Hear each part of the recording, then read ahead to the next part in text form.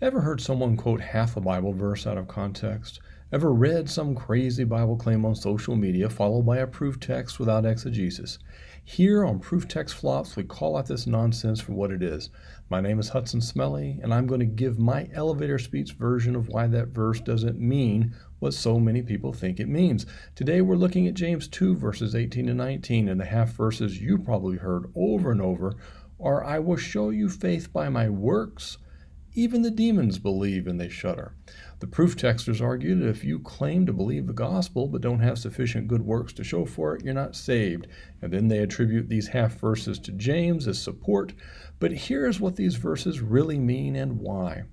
As always, context is critical, and you would do well to review James 1 verse 19 through the end of chapter 2, and you might listen to Proof Text Flops episode 5 for my thoughts on James 2:14. For our purposes today, we're going to focus narrowly on James 2:18 to 20. Part of good exegesis is recognizing figures of speech and literary and rhetorical devices. Particularly relevant here is a literary device known as a diatribe. In simple terms, a diatribe is when an author making an argument introduces a hypothetical objection to his or her argument and then responds to that objection. We refer to the imaginary objector as an interlocutor. In the ancient Greek writings, there was a well-established pattern or format for the diatribe that would have been immediately perceived by James's readers. The diatribe is introduced with a phrase like, someone will say, or you say to me, followed by the interlocutor's objection, and then that's followed by a negative signal from the author that he rejects the objection. After the hypothetical objection, the signal may say something like, "O vain man, O empty man," or a similar negative remark, signaling that the author rejects the objection and is about to respond. With that in mind, let's take a fresh read of James 2:18 through 20. But someone will say, "You have faith and I have works. Show me your faith without works, and I will show you faith by my works. You believe that God is one? Good. Even the demons believe, and they shudder.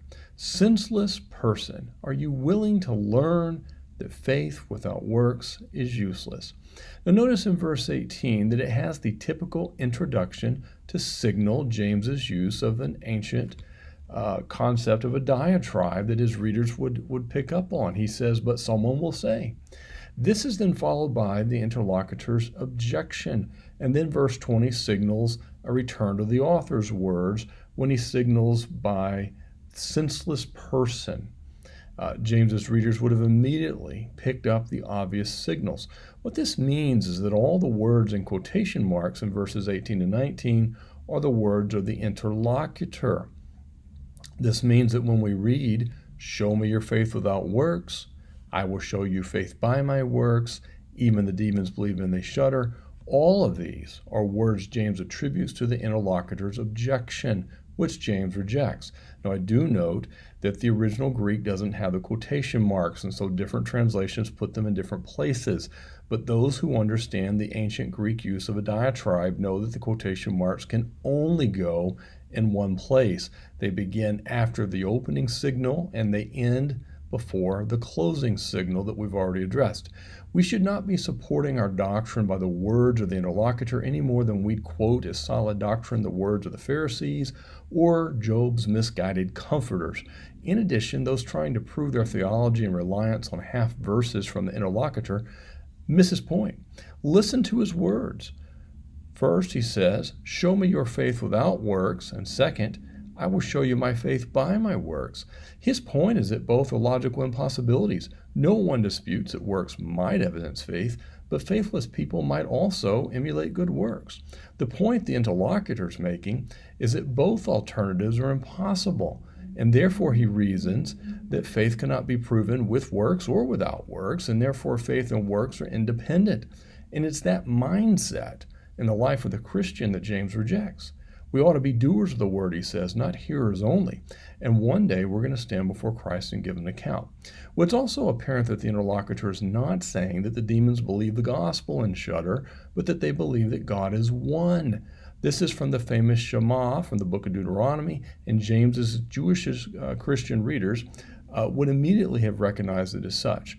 So this has nothing to do with the gospel or so-called saving faith, but the connection between being a hearer of God's word, like the royal law that we love our neighbors, and a doer of the royal law. It's an obvious wrenching out of context when someone tries to insert works into the gospel and then tells us the demons believe and shudder. My Christian friends, let's always do the hard work of exegeting passages in context, with an eye on the structure of the book we're studying, the flow of the author's argument, and what the words that most of us are reading in translation actually mean. Let's not fall for proof text flops.